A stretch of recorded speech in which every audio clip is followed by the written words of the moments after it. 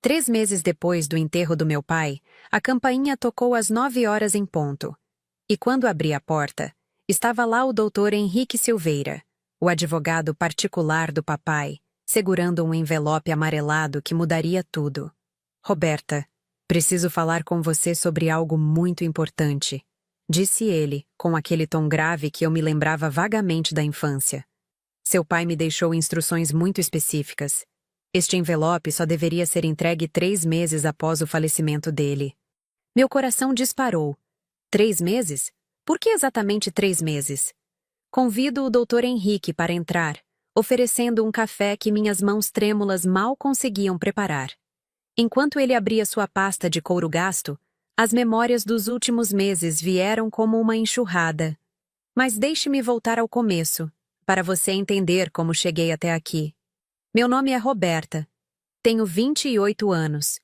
E durante 16 longos anos convivi com a certeza de que não era bem-vinda na própria família. Tudo começou quando eu tinha apenas 12 anos, e meu pai, Joaquim Santos, um empresário bem-sucedido do ramo de construção civil, decidiu se casar novamente após o divórcio da minha mãe. Sônia apareceu na nossa vida como um furacão elegante. 42 anos, cabelos sempre impecáveis, roupas de grife, sorriso estudado e uma habilidade impressionante para dizer exatamente o que cada pessoa queria ouvir. Com meu pai, era a esposa dedicada e apaixonada. Com os amigos dele, a anfitriã perfeita. Com a família dela, a mulher forte que salvou um homem divorciado. Comigo? Bem, comigo ela era completamente diferente. Roberta, querida, dizia ela sempre que ficávamos sozinhas. Você precisa entender que seu pai está construindo uma nova vida. Uma vida que inclui uma nova família. O tom era sempre doce, mas os olhos eram frios como gelo. Seria uma pena se você se tornasse um obstáculo para a felicidade dele. No começo, tentei contar para o papai sobre esses comentários. Mas Sônia era esperta demais. Sempre que eu mencionava algo, ela já tinha preparado uma versão diferente dos fatos. Joaquim, acho que a Roberta está com ciúmes, dizia ela, passando a mão carinhosamente no braço dele. É natural, né? Criança de pais separados sempre tem essa dificuldade. Talvez ela precise de mais tempo para se adaptar. E meu pai, que sempre fora um homem prático e direto nos negócios, parecia completamente cego quando se tratava da esposa. Rô, a Sônia só quer o melhor para você, dizia ele, usando o apelido que me dava desde pequena. Ela está tentando ser uma mãe para você. Dê uma chance para ela. Aos poucos, fui me afastando. Não por falta de amor ao meu pai, esse nunca diminuiu nem um pouco, mas por puro instinto de preservação. As visitas de fim de semana começaram a ficar cada vez mais tensas. Sônia sempre arranjava uma forma de me fazer sentir intrusa na minha própria casa. Ah, Roberta, que pena que você chegou agora, dizia ela quando eu aparecia para o almoço de domingo. Eu e seu pai já comemos. Ficou alguma coisa na geladeira, se você quiser esquentar. Ou então, Joaquim, você não me disse que a Roberta vinha hoje. Marquei aquele jantar com os Oliveira. Você sabe como eles são importantes para os negócios. Eram pequenas humilhações, gotinhas de veneno que foram minando minha relação com a casa onde cresci. Quando fiz 18 anos e consegui uma bolsa de estudos para fazer administração numa universidade em outra cidade, foi quase um alívio me mudar. Que bom que você conseguiu essa oportunidade, disse Sônia no dia da minha mudança, ajudando a carregar as caixas com um sorriso que não chegava aos olhos. Vai ser bom para você criar independência. E para seu pai também, claro. Ele poderá se concentrar totalmente na empresa agora. Durante os 4 anos da faculdade, mantive contato com papai através de telefonemas semanais e algumas visitas rápidas. Ele sempre perguntava sobre os estudos, se eu estava precisando de dinheiro, como estavam as coisas. Eu sentia que ele queria dizer mais, mas havia sempre uma barreira invisível entre nós. Como está a Sônia? Eu perguntava por educação. Ela está bem, cuidando de tudo aqui em casa, respondia ele. Às vezes ela reclama que você não liga para ela, só para mim. Era mentira, é claro. Eu tinha tentado ligar para Sônia algumas vezes no começo, mas as conversas eram sempre geladas e constrangedoras. Ela respondia com monossílabos e logo passava o telefone para o papai. Depois de um tempo, parei de tentar. Após me formar, consegui um emprego numa empresa de marketing digital em São Paulo. Era um trabalho que eu amava, criando campanhas para pequenos empreendedores, ajudando pessoas a realizarem seus sonhos. Ganhava bem o suficiente para me manter, e ainda conseguia visitar papai uma vez por mês. Mas as visitas continuavam complicadas. Sônia sempre arranjava uma forma de me fazer sentir deslocada. Roberta, que surpresa você aqui, dizia ela quando eu aparecia sem avisar. Seu pai não me disse que você vinha. Ele saiu para resolver umas coisas na empresa. Não sei que horas volta. Ou então, quando eu tentava ajudar com alguma coisa da casa. Não precisa, querida. Eu já tenho meu jeito de organizar tudo. Sua ajuda pode acabar atrapalhando mais do que ajudando. O mais doloroso era perceber como o papai havia mudado. Ele, que sempre fora um homem alegre e comunicativo, estava mais quieto, mais fechado. Às vezes eu o pegava me olhando com uma expressão estranha, como se quisesse me dizer alguma coisa, mas não conseguisse. Pai, está tudo bem? Eu perguntava. Claro, Ro. Por que não estaria? Respondia ele. Mas o sorriso não convencia. Quando completei 25 anos, as visitas já tinham se tornado mensagens de WhatsApp e telefonemas espaçados. Não era por falta de vontade de ver meu pai, mas a atmosfera na casa havia se tornado insuportável. Sônia havia conseguido o que queria, me afastar completamente. Até que no ano passado algo mudou. Papai começou a me ligar com mais frequência. Não eram ligações casuais. Ele parecia ter sempre alguma coisa específica para falar. Perguntava sobre meu trabalho com muito mais interesse do que antes. Queria saber detalhes sobre as campanhas que eu criava, sobre os clientes que eu atendia. Você sempre foi boa com pessoas, Ro, dizia ele durante uma dessas conversas. Tem jeito para entender o que elas precisam, para conquistar a confiança delas. Isso é um dom raro. Uma vez ele me ligou bem tarde, por volta das 22 horas, o que era incomum para ele. Pai, aconteceu alguma coisa? Perguntei preocupada. Não, não aconteceu nada. Eu só queria conversar com você, disse ele, e havia algo diferente na voz. Ro, você sabe que eu sempre te amei muito, né? Sempre fui orgulhoso de você. Claro que sei, pai. Eu também te amo. Às vezes acho que não demonstrei isso o suficiente, continuou ele. Às vezes a gente deixa outras pessoas influenciarem decisões que deveriam ser só nossas. Não entendi completamente o que ele quis dizer na época, mas guardei aquelas palavras no coração. Nos últimos 6 meses de vida, essas ligações se tornaram ainda mais frequentes. Papai queria saber tudo sobre minha rotina, meus planos, meus sonhos. Falava sobre a empresa dele com uma nostalgia que eu nunca tinha percebido antes. A Santos Construções foi construída tijolo por tijolo, dizia ele. Comecei do zero, Ro. Trabalhei como pedreiro antes de conseguir meu primeiro terreno. Cada prédio que construí tem um pedaço da minha alma. Eu sei, pai. E você pode ter orgulho de tudo que conquistou. Às vezes me pergunto se vou deixar tudo isso nas mãos certas, murmurou ele, quase falando sozinho. O senhor vai viver muitos anos ainda para se preocupar com isso, brinquei, tentando aliviar o clima. Tomara, filha, tomara. 3 semanas antes de morrer, papai me fez um pedido estranho. Disse que queria me ver pessoalmente, mas não na casa dele. Marcamos em um café no centro da cidade, longe de olhares curiosos. Quando cheguei, ele já estava lá, mexendo nervosamente numa xícara de café que parecia estar fria há tempos. Estava mais magro, o rosto cansado, mas os olhos continuavam com aquele brilho inteligente que eu conhecia desde criança. Ro, preciso falar umas coisas com você, disse ele assim que me sentei. E preciso que você me prometa que vai me ouvir até o fim, sem interromper. Prometi, embora um frio estranho tivesse tomado conta do meu estômago. Eu não fui o pai que deveria ter sido para você, começou ele, evitando meu olhar. Deixei que outras pessoas me influenciassem. Deixei que você se afastasse quando deveria ter lutado para te manter perto. Pai, você prometeu que ia me ouvir, disse ele, levantando a mão. Eu sei que a Sônia nunca foi boa com você. Sei que ela fez você se sentir intrusa na própria casa. E eu fui covarde demais para enfrentar isso. Lágrimas começaram a se formar nos meus olhos. Era a primeira vez que ele reconhecia abertamente o que havia acontecido. Mas quero que você saiba uma coisa, Ro. Por mais que eu tenha falhado como pai em alguns momentos, eu nunca deixei de te amar. Nunca.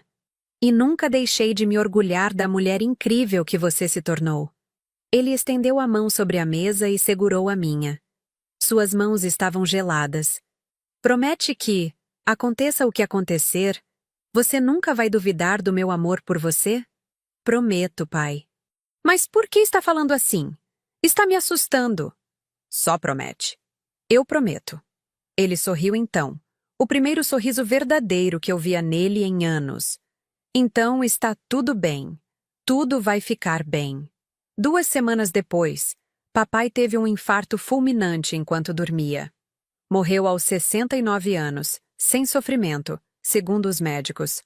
Eu soube da notícia através de uma ligação fria de Sônia, na manhã seguinte. Roberta, preciso te informar que seu pai faleceu durante a noite, disse ela, com uma voz estranhamente controlada para alguém que acabara de perder o marido. O velório será amanhã, às 14 horas, na Capela São José. Como assim ele morreu? O que aconteceu? Ele estava doente? Perguntei em choque, mal conseguindo processar a informação. Foi o coração, respondeu ela secamente.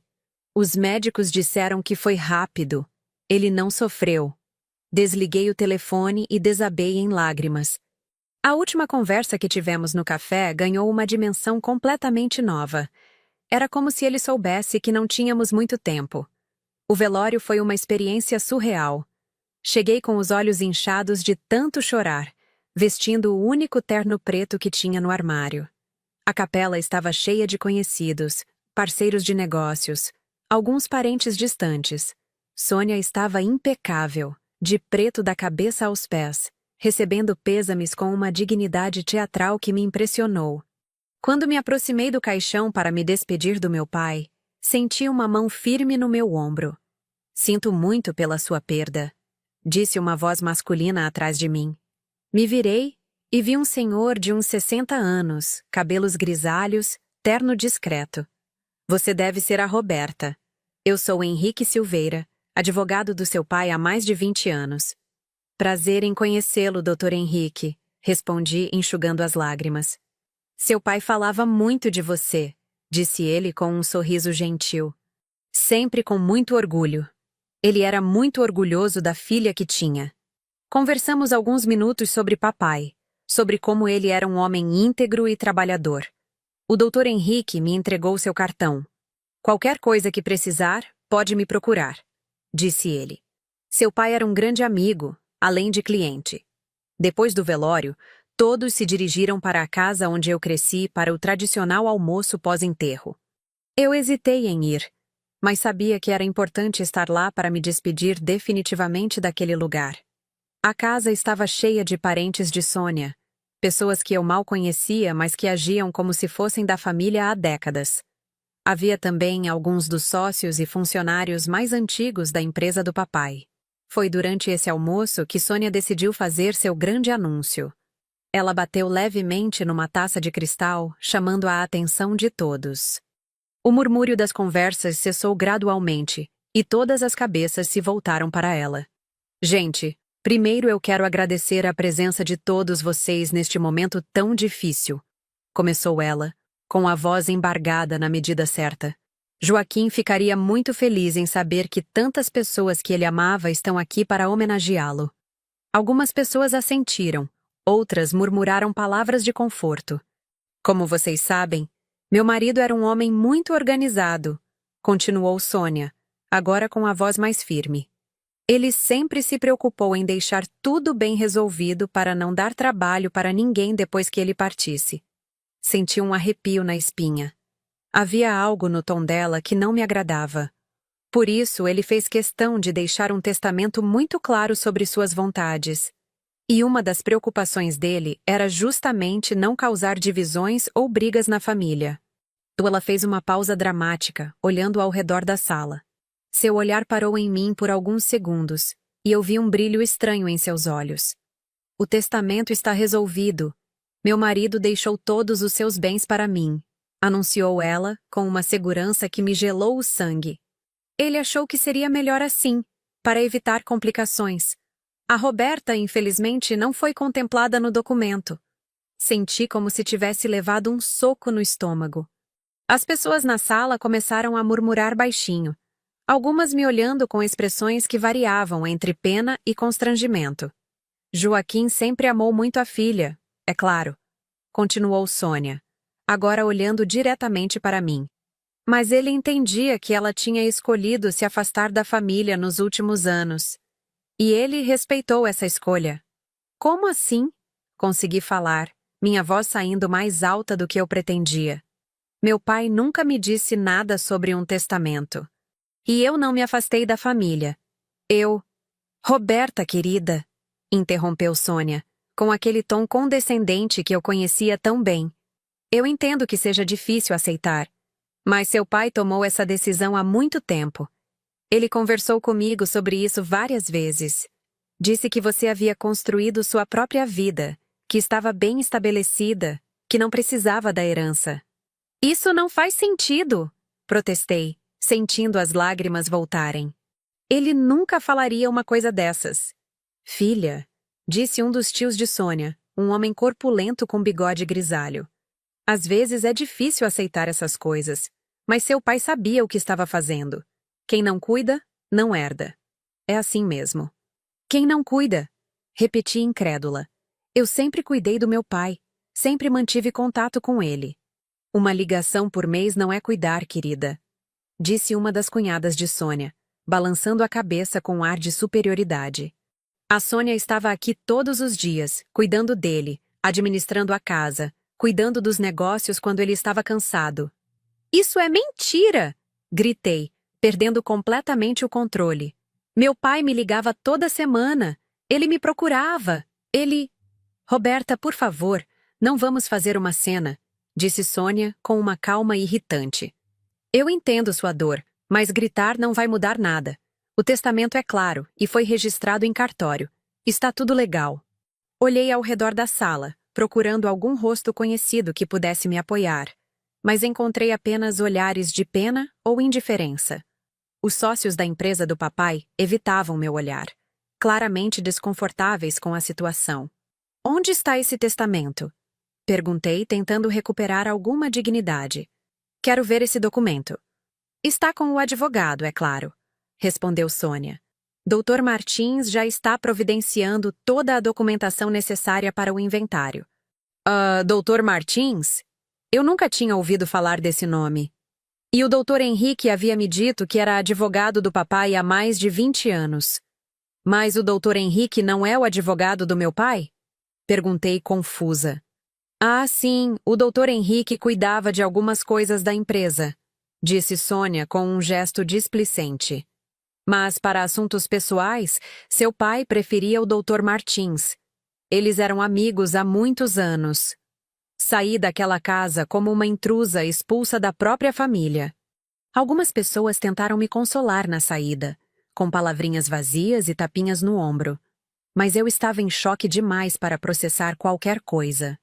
Na semana seguinte, tentei entrar em contato com o Dr. Henrique, mas ele estava viajando a trabalho e só retornaria no mês seguinte. Procurei o tal Dr. Martins, mas ele disse que não podia discutir detalhes do testamento comigo, já que eu não era beneficiária. O documento é muito claro, senhorita Roberta, disse ele através do telefone. Seu pai deixou todos os bens para a esposa. Não há nada que eu possa fazer. Mas posso ao menos ver o testamento? Insisti. Não há necessidade. O documento será registrado em cartório e ficará disponível para consulta pública após o inventário. Se quiser contratar um advogado para acompanhar o processo, é seu direito. Contratei um advogado, Dr. Paulo, que me custou quase todas as minhas economias. Ele conseguiu acesso ao testamento e me mostrou o documento. Estava tudo lá, da maneira que Sônia havia descrito. Toda a fortuna do meu pai, que incluía a empresa, 2 imóveis, investimentos e uma quantia considerável em dinheiro, havia sido deixada para ela. Tem alguma coisa estranha nesse documento? Perguntei ao Dr. Paulo. Não que eu possa perceber, disse ele, ajustando os óculos. A grafia parece ser do seu pai, tem 2 testemunhas. Está tudo certinho do ponto de vista legal. Mas não faz sentido. Meu pai jamais faria isso comigo. Olha, senhorita Roberta, eu entendo seu sentimento, mas às vezes as pessoas fazem escolhas que não conseguimos compreender. Talvez seu pai tivesse razões que não conhecemos. Voltei para minha vida em São Paulo destruída. Não conseguia me concentrar no trabalho. Não conseguia dormir direito. Não conseguia aceitar que meu pai havia me riscado da vida dele daquela forma. Procurei uma psicóloga para tentar lidar com o luto e com a sensação de abandono que tomava conta de mim. É normal sentir raiva nessas situações, dizia a doutora Márcia durante nossas sessões. A perda de um pai já é traumática. E quando ela vem acompanhada de uma sensação de rejeição, fica ainda mais difícil de processar. Mas não faz sentido, doutora. Nas últimas semanas de vida, meu pai estava mais próximo de mim do que nunca. Por que ele faria isso? Às vezes as pessoas agem de forma contraditória quando sabem que vão morrer. Talvez ele quisesse se aproximar de você justamente porque sabia que havia tomado essa decisão. Tentei me convencer de que era isso. Tentei aceitar que talvez meu pai realmente achasse que eu não precisava da herança, que tinha minha própria vida construída. Mas havia algo que não saía da minha cabeça. A conversa no café, o pedido para eu prometer que nunca duvidaria do amor dele, o jeito como ele falou sobre deixar tudo nas mãos certas. 2 meses após o enterro, consegui finalmente falar com o Dr. Henrique. Ele havia retornado da viagem e me atendeu em seu escritório numa tarde chuvosa de quarta-feira. Sinto muito não ter conseguido falar com você antes, Roberta, disse ele, me oferecendo um café.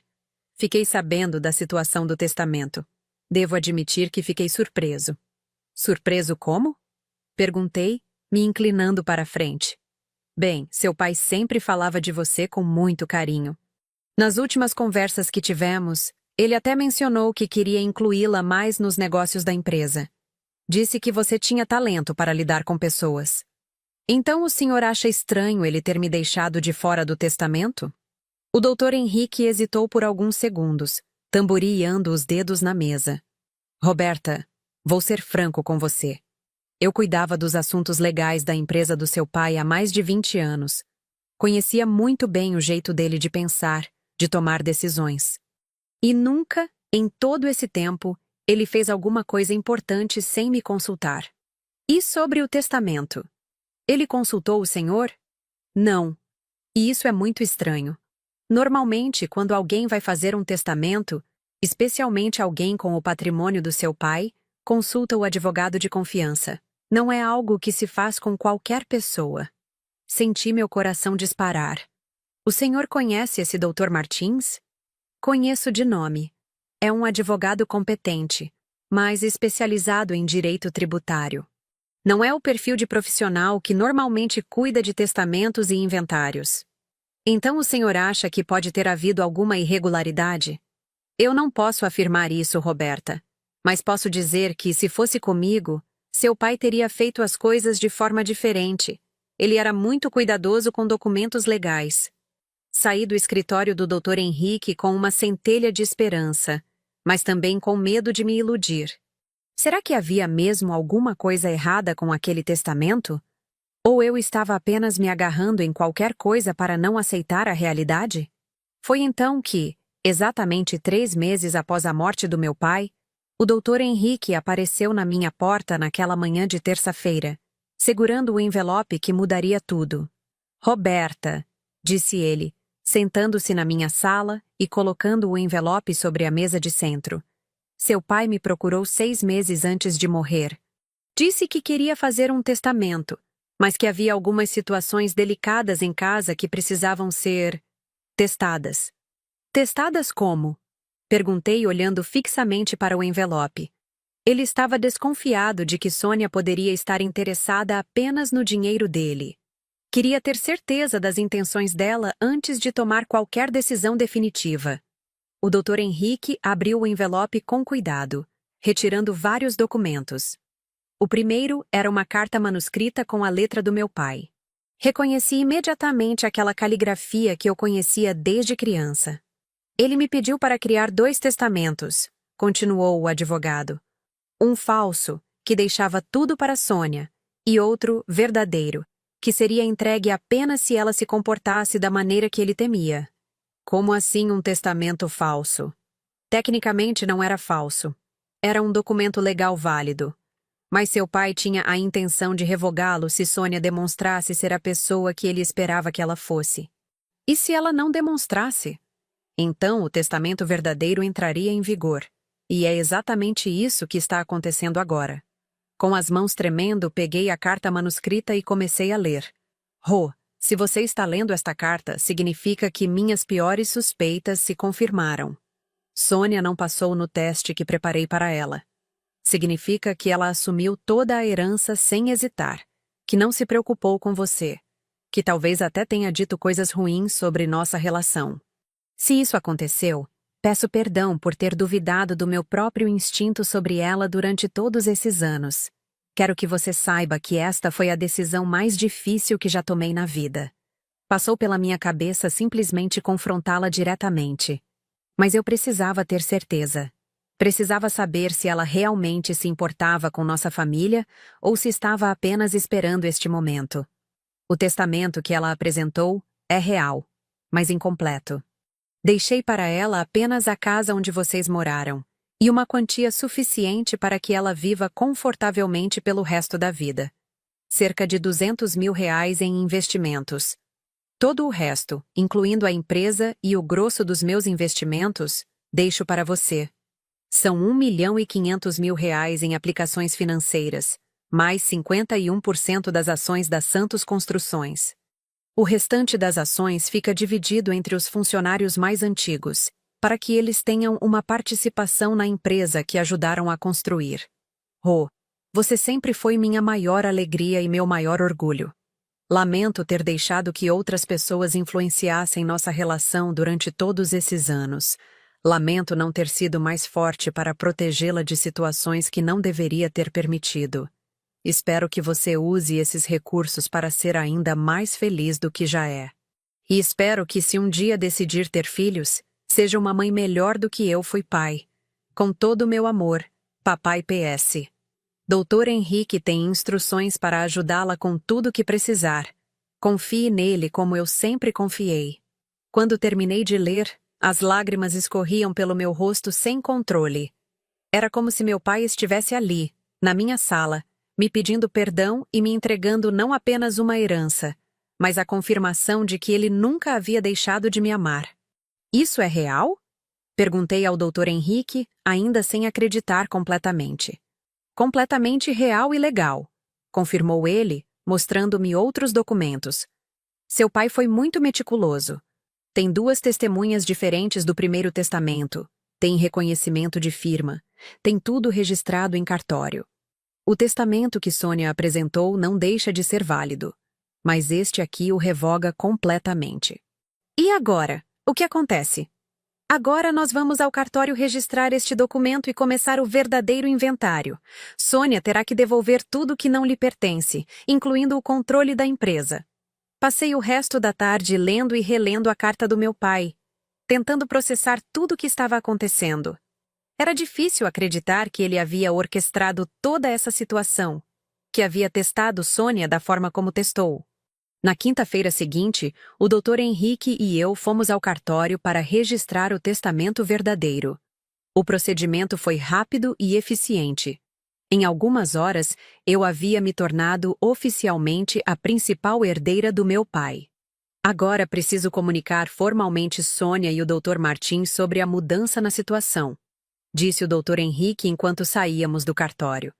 Você quer estar presente quando eu fizer essa comunicação?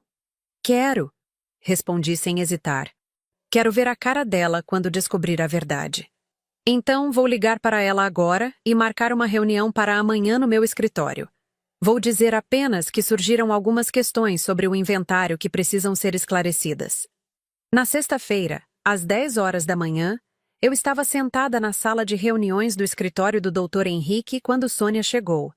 Ela estava impecável como sempre, usando um conjunto azul marinho e uma bolsa de couro que provavelmente custava mais do que meu salário mensal. Dr. Henrique, que surpresa! Disse ela ao entrar na sala, mas parou abruptamente quando me viu. Roberta, o que você está fazendo aqui? Sente-se, por favor, dona Sônia, disse o Dr. Henrique, indicando uma cadeira do outro lado da mesa. Temos algumas questões importantes para discutir sobre o inventário do Joaquim. Sônia se sentou, mas manteve a postura tensa. Seus olhos iam de mim para o advogado, claramente tentando entender o que estava acontecendo. Existe algum problema com a documentação? Perguntou ela, com aquele tom controlado que eu conhecia tão bem. O Dr. Martins me disse que estava tudo em ordem. O problema, dona Sônia, é que o testamento que a senhora apresentou não é o documento definitivo, disse o Dr. Henrique, colocando os papéis sobre a mesa. Joaquim fez outro testamento posterior a esse, que revoga completamente o anterior. A cor sumiu do rosto de Sônia. Ela olhou para os documentos como se fossem cobras venenosas. Isso é impossível, murmurou ela. Meu marido me disse que havia deixado tudo para mim. Ele me mostrou o testamento. Ele mostrou um testamento, sim, confirmou o Dr. Henrique. Mas não o definitivo. Joaquim criou uma situação, como posso dizer, de teste. Ele queria observar como a senhora se comportaria após a morte dele. Como assim um teste? Perguntou Sônia, agora com a voz mais aguda. Ele queria ver se a senhora se preocuparia com o bem-estar da filha dele, se tentaria incluí-la na herança, se demonstraria os valores familiares que ele esperava da esposa, explicou o advogado. Infelizmente, segundo as instruções dele, a senhora não passou nesse teste. Sônia se levantou bruscamente da cadeira, quase derrubando-a. Isso é absurdo! Isso é uma armação! Gritou ela apontando o dedo para mim. Vocês dois estão inventando isso para me roubar. Dona Sônia, por favor, se acalme, disse o Dr. Henrique. Todos os documentos são legais e foram registrados em cartório. A senhora pode consultar qualquer advogado de sua confiança para confirmar a autenticidade. E o que exatamente esse suposto testamento verdadeiro diz? Perguntou ela, se sentando novamente, mas ainda visivelmente alterada. A casa onde a senhora mora e R$ 200.000 em investimentos ficam para a senhora, respondeu o Dr. Henrique. O restante dos bens, incluindo a empresa e R$ 1.500.000 em aplicações, fica para Roberta. Sônia ficou em silêncio por quase 1 minuto inteiro. Eu podia ver sua mente trabalhando, tentando encontrar uma saída, uma brecha, qualquer coisa que pudesse reverter a situação. Quero ver esse testamento, disse ela finalmente. O Dr. Henrique entregou uma cópia dos documentos. Sônia leu tudo com atenção, e eu pude ver o exato momento em que ela percebeu que não havia escapatória. Seus ombros se curvaram ligeiramente e ela soltou um suspiro profundo. Ele realmente fez isso, murmurou ela, mais para si mesma do que para nós. Ele realmente criou essa armadilha.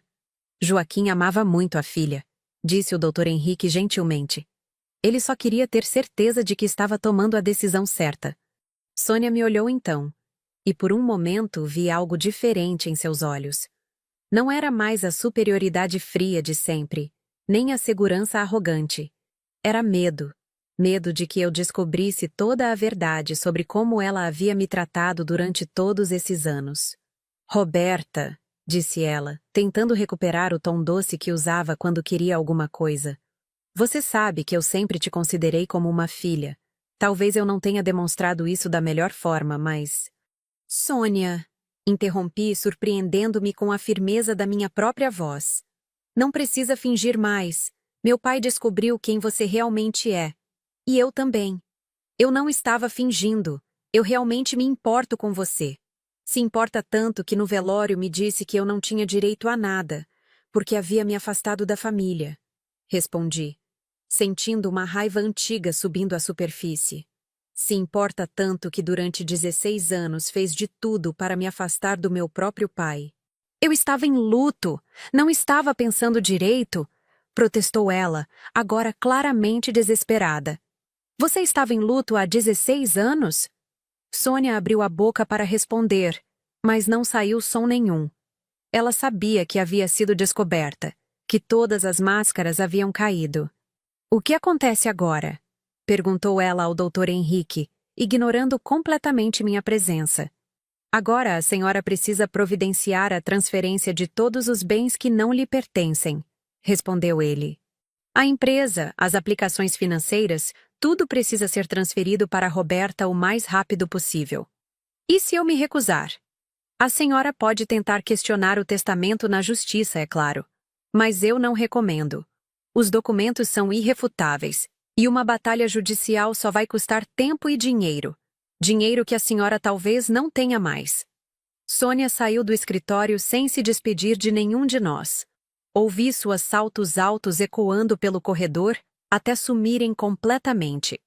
Como você se sente? Perguntou o Dr. Henrique quando ficamos sozinhos. Ainda não sei, respondi honestamente. É muita coisa para processar. Seu pai era um homem muito inteligente, Roberta. E ele a amava muito. Tenho certeza de que ele ficaria orgulhoso de ver como você lidou com tudo isso. Nos dias seguintes, fui ao escritório da Santos Construções pela primeira vez em anos. Era estranho estar ali como proprietária, vendo funcionários que me conheciam desde criança, agora me tratando com uma mistura de respeito e curiosidade. Dona Roberta, disse Dona Carla, a secretária mais antiga da empresa. Que bom ter você de volta. Seu pai sempre falava que um dia você viria trabalhar aqui com ele. Ele falava isso mesmo?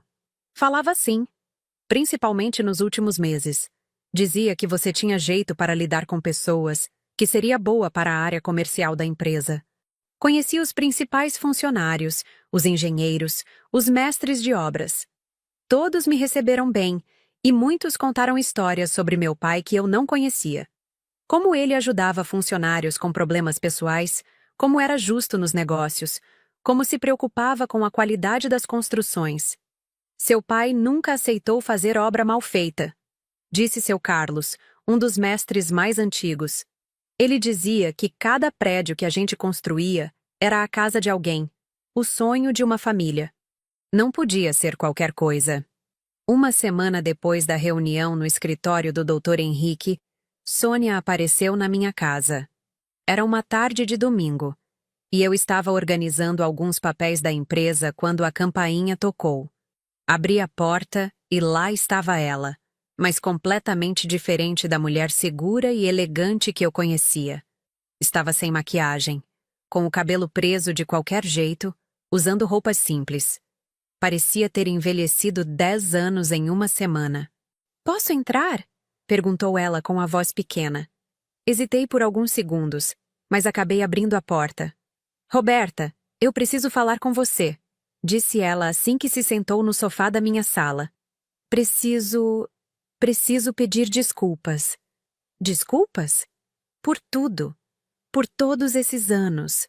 Por ter sido tão ruim com você." Fiquei em silêncio, observando-a. Havia algo de genuíno no arrependimento dela, mas eu ainda estava com muita raiva para sentir pena. "Você sabe por que fiz aquilo?" perguntou ela, evitando meu olhar. "Por que tratei você daquela forma?" "Por quê?"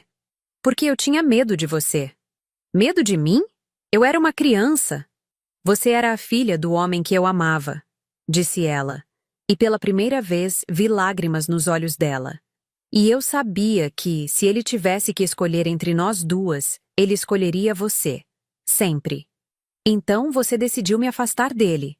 Eu pensei que, se você se afastasse, ele esqueceria e se concentraria só em mim. Mas eu estava errada. Ele nunca esqueceu. E quanto mais você se afastava, mais ele sentia sua falta. Sônia enxugou os olhos com as costas da mão. Nos últimos meses, ele falava de você o tempo todo. Dizia que tinha sido um pai ruim, que não tinha protegido você como deveria. Eu via ele sofrendo e sabia que a culpa era minha. E mesmo assim, você não fez nada para mudar a situação. Eu estava com medo de que, se você voltasse, eu perdesse o espaço que tinha conquistado. Foi egoísmo, Roberta. Puro egoísmo. Ela me olhou então e vi algo que nunca tinha visto antes em seus olhos. Vulnerabilidade real. Eu sei que não tenho direito de pedir isso, mas... Você poderia me perdoar? Não precisa me aceitar como família. Não precisa gostar de mim. Mas poderia perdoar uma mulher idiota que fez escolhas horríveis por medo e insegurança? Fiquei muito tempo sem responder. Parte de mim queria mandá-la embora, dizer que era tarde demais para pedidos de desculpa. Mas outra parte lembrava das palavras do meu pai sobre perdão, sobre não guardar mágoas. Sônia, disse eu finalmente, eu posso perdoar você, mas não posso esquecer o que aconteceu. E não posso fingir que somos uma família. Eu entendo, disse ela se levantando. É mais do que eu mereço. Na porta, ela se virou mais uma vez. Seu pai ficaria orgulhoso da mulher que você se tornou, disse ela. E eu sinto muito por ter atrapalhado isso durante tanto tempo. Depois que ela saiu, fiquei pensando na conversa. Era estranho como tudo fazia sentido agora. O comportamento dela, as atitudes do meu pai nos últimos meses, até mesmo o teste que ele havia criado. Ele sabia exatamente quem Sônia era, mas queria dar a ela uma última chance de fazer a coisa certa. Nos meses seguintes, mergulhei de cabeça nos negócios da Santos Construções. Descobri que tinha mesmo jeito para a área comercial, como meu pai havia previsto. Gostava de conversar com os clientes, de entender seus sonhos, de ajudá-los a transformar esses sonhos em realidade. Você tem o mesmo olhar do seu pai quando fala sobre os projetos, disse Dona Carla certa tarde. Ele também ficava emocionado vendo as famílias felizes com as casas novas. Usei parte do dinheiro da herança para criar um programa de financiamento facilitado para jovens casais e famílias de baixa renda. Era uma forma de homenagear meu pai e, ao mesmo tempo, fazer algo de bom com os recursos que ele havia me deixado. Seu pai sempre quis fazer algo assim, disse seu Carlos quando soube do projeto. Ele dizia que construção civil não podia ser só para quem tem muito dinheiro. 6 meses depois de descobrir o testamento verdadeiro, a Santos Construções estava crescendo mais do que nunca. Tínhamos uma lista de espera de clientes. Os funcionários estavam motivados com a participação nos lucros que meu pai havia deixado para eles, e eu finalmente me sentia realizada profissionalmente. Uma tarde, estava revisando os projetos do novo empreendimento quando meu celular tocou. Era um número que eu não conhecia. Alô? Roberta? Aqui é a Sônia. Fiquei surpresa. Não tínhamos conversado desde aquela tarde em que ela foi à minha casa. Oi, Sônia. Como você está? Estou bem. Estou ligando porque... Bem, porque vi na revista sobre o sucesso da empresa. E sobre o projeto social que você criou. Ah, sim, está dando muito certo. Seu pai ficaria orgulhoso, disse ela, e ouvi emoção genuína na voz. Eu queria te parabenizar. E queria dizer que você está fazendo exatamente o que ele gostaria que fosse feito com a empresa dele. Obrigada, Sônia. Roberta? Sim? Obrigada por me perdoar. Sei que não mereço, mas significou muito para mim. Está tudo bem, Sônia. Está tudo bem. Quando desliguei o telefone, senti uma paz que não experimentava há muito tempo. Era como se um ciclo tivesse se fechado, como se todas as mágoas finalmente tivessem encontrado lugar para descansar. Naquela noite, fui visitar o túmulo do meu pai pela primeira vez desde o enterro. Levei flores, margaridas brancas que sempre foram as favoritas dele, e me sentei na grama ao lado da sepultura. Oi, pai, disse em voz baixa. Vim te contar como as coisas estão indo. O vento balançou as árvores ao redor, e por um momento pareceu que ele estava ali comigo. A empresa está indo muito bem. Estamos construindo casas para pessoas que nunca sonharam em ter uma casa própria. Estamos dando empregos dignos, pagando salários justos. Estamos fazendo exatamente o que o Senhor sempre quis fazer. Fiquei ali por quase 1 hora, contando sobre os projetos, sobre os funcionários, sobre como eu finalmente havia encontrado meu lugar no mundo. E sobre a Sônia. Disse antes de ir embora. Eu perdoei ela, pai. Não porque ela merece, mas porque o Senhor me ensinou que guardar mágoa só faz mal para quem guarda. Ela vai ter que viver com as escolhas que fez, mas eu não vou mais carregar raiva por causa disso. Hoje, 2 anos depois de descobrir o testamento verdadeiro, posso dizer que finalmente entendo o que meu pai quis fazer. Ele não criou aquele teste por crueldade ou por vingança. Ele criou porque queria ter certeza de que seus bens iriam para alguém que os usaria para fazer o bem, para continuar os valores que ele havia construído ao longo da vida. A Santos Construções agora é reconhecida não apenas pela qualidade das obras, mas também pela responsabilidade social. Já entregamos mais de 100 casas para famílias de baixa renda, sempre com a mesma qualidade e cuidado que dedicamos aos empreendimentos mais caros. Sônia e eu mantemos uma relação cordial, mas distante. Ela usa o dinheiro que meu pai deixou para ela de forma responsável, fez alguns cursos, até começou a trabalhar como consultora em decoração de interiores. Não somos amigas. Talvez nunca sejamos, mas não somos mais inimigas. E quanto a mim? Aprendi que às vezes as pessoas que amamos tomam decisões que não entendemos no momento, mas que fazem todo o sentido quando vemos o panorama completo. Meu pai sabia exatamente o que estava fazendo quando criou aquele teste. Ele estava protegendo não apenas seu patrimônio, mas também seus valores. Se você está passando por uma situação parecida, se está sentindo que foi injustiçado por alguém que deveria te amar e proteger, saiba que às vezes a justiça demora para chegar, mas quando chega, ela vem de uma forma que a gente nem imagina. E se você está do outro lado, se está fazendo escolhas motivadas pelo medo ou pela ganância, lembre-se de que nossas ações sempre têm consequências. Sempre. Confie no amor verdadeiro. Ele sempre encontra um jeito de vencer.